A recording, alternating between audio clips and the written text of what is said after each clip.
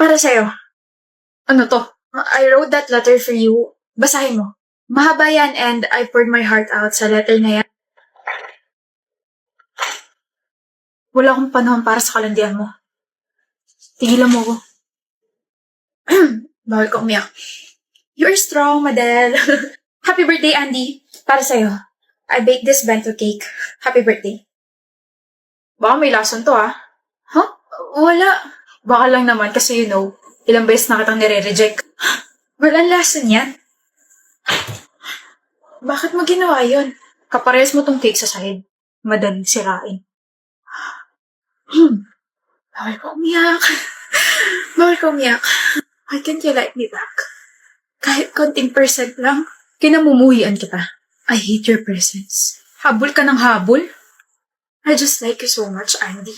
Di kita gusto. Ayoko mapalapit ka sa akin dahil baka pagtawanan ako ng mga kaibigan ko. You're not even popular. Alam mo ba kung anong nickname na binigay nila sa'yo?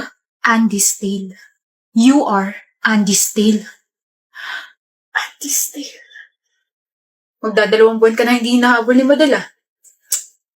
Di ka na niya gusto, pre. Wala nang maghahabol sa'yo. Tigilan mo nga ako. May gusto pa rin sa akin yun. Okay. Madel, pwede mo ba akong i-bake ulit ng cake? Naku, curious kasi ako sa lasa nun eh. Huh? Sulatan mo ulit ako ng letter. I'll read it this time. Nagpapatawa ka ba? Okay. I'm sorry if I was harsh to you. I'm sorry kung nasaktan kita. Mali ako. I guess, namimiss ko lang yung kakulitan mo. Pero I just want you to know na I like you. Mali ka, Andy. Namimiss mo lang na may naghahabol sa'yo. What? Sa lahat ng mga babaeng nagkagusto sa'yo, ako lang ang naghabol at tumagal ng 2 years, diba? Nang tumigil na ako, wala ka na maipagmayabang na may naghahabol sa'yo. Madel. You don't like me. You just like being chased and you just like the thrill. Dahil doon nagiging kadiri ka. Kala ko mauuto ka na. We listen and we don't judge. BFF edition. Pag may nag-chat sa akin tapos hinihingi yung number ko, sa'yo yung binibigay ko. We listen and we don't judge. Nung high school tayo, lumapit sa akin yung crush mo tapos may pinapabigay siyang letter. Hindi ko binigay sa'yo kasi gusto ko parehas tayong single hanggang sa makagraduate tayo. We listen and we don't judge. Gamit ko yung panty at bra mo ngayon. Nung college tayo, one time pinakopya kita, di ba? Pero minali ko muna lahat ng sagot ko.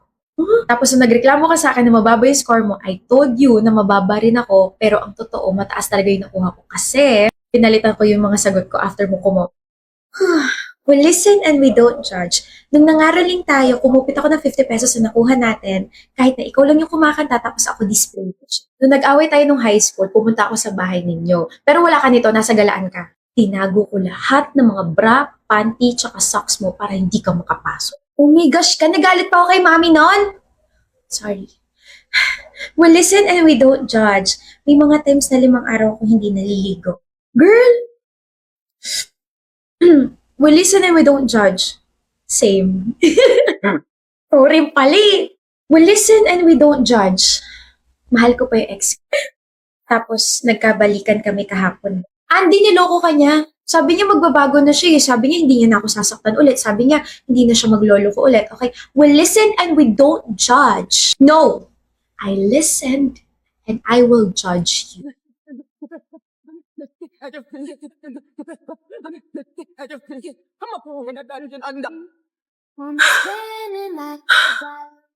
Tapos ka naman, Ermo. I hope you learn something. Listen and we don't judge. Aba, hindi pa siya tapos. Nagpanggap ako nagkabalikan kami ng ex-con-cheater para pagurin ka magsalit.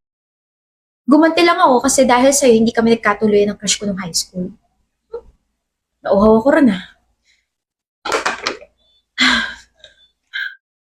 Miles, mag-usap tayo. Sumunod ka sa akin. Miles, ano ba? Mag-usap nga sabi tayo eh. Ayoko, Giselle.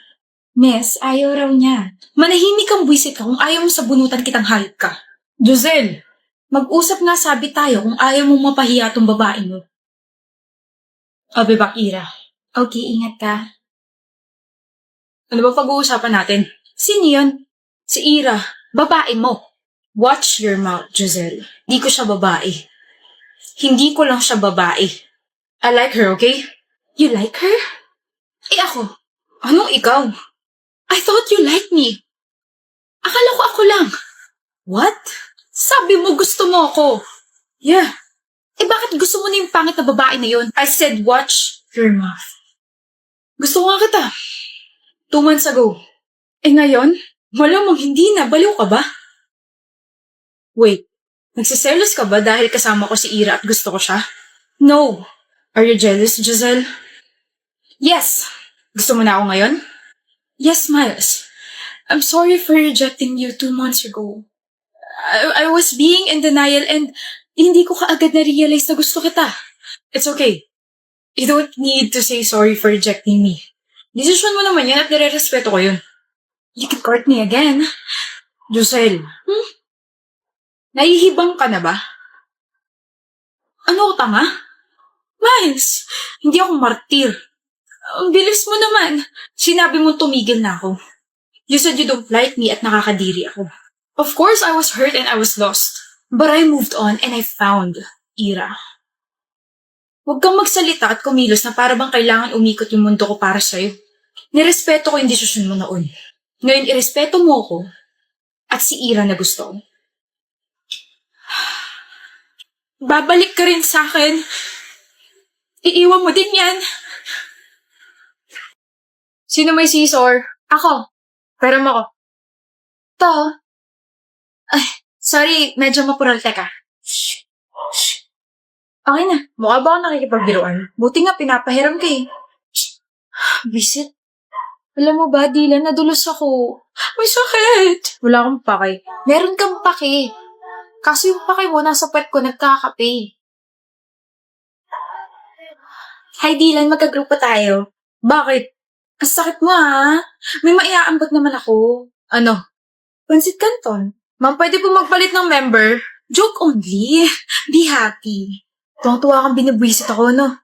Halata bang you're my happiness? Alam mo namang maiksi pasensya ko, diba? Ganito ka ikse? Oh, tumingin ka. Pakutos. Kung ayaw mo, tutuklawin ka na lang nito.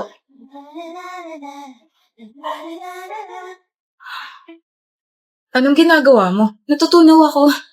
Grabe ka naman kasi tumitig. Baka isipin ko, may crush ka na sa akin. Sige ka. Delikado yan. Paano kung meron? Anong gagawin mo? Di hindi ka natutuklawin itong kamay ko. Labi ko na lang tutuklaw sa'yo. Lakas talaga ng tama mo. Sa'yo? Oo. Kaso paano yan, Dylan? Ano? Sabi kasi ni Derek, hindi pa raw ako ready for mature roles. Sweet-sweet lang daw muna, ganon. Sira ulo. Tama ka.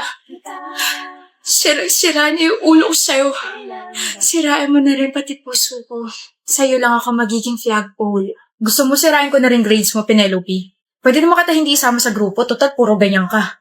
What is 2x raised to 7 plus 9x raised to 2 divided by 9? Oh, nandiyan ka pala, Dylan. Sorry, nagwa-warm up kasi ako para sa group project natin. May silbi kasi ako bukod sa pagpapasaya sa'yo. Excuse me, 7, 6. She's unbelievable. Nakalimutan niya na yata ang English yung subject ngayon at hindi math.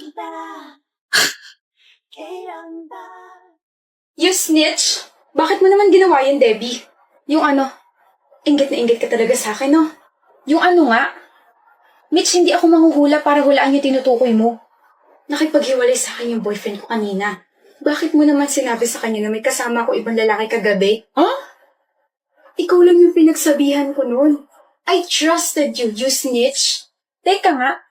We're best friends for almost 7 years now. I can't believe you just betrayed me. Mitch! Well, simula pa lang naman nung una, alam ko na may pagtingin ka sa boyfriend ko. Tama nga yung instinct ko na malandi ka.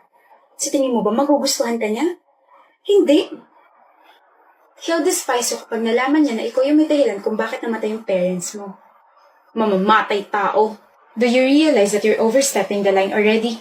Wala akong pake. Malandi ka. Hindi ko tinotolerate yung ginawa mong panluloko sa boyfriend mo, but I'm sorry to disappoint you because I haven't told him what he did last night. Sa tingin mo ba, maniniwala ako sa'yo? But she's really not a snitch. Roy, tsaka totoo yung sinabi ko kanina, na nakita kita na may kasama ibang lalaki kagabi. I was about to tell him now, but to my surprise, he already knew. Malapit na ako sa bahay niya when I asked you last night kung nasan ka kasi bibigay ko yung pasalubong na binili ko para sa'yo. Pero sabi mo, nasa bahay ka ng kaibigan mo kasi gagawa kayo ng project. Pero nakita kita na lumabas sa kotse ng isang lalaki tapos hinalikan mo siya. Roy, sabihin mong mali yung nakita ko. You planned all of this. Tanda mo to, Mitch. Cheating is a choice, and karma is merciless. Okay? You didn't just lose your boyfriend for 2 years and your best friend for 6 years. You lost everything, including yourself.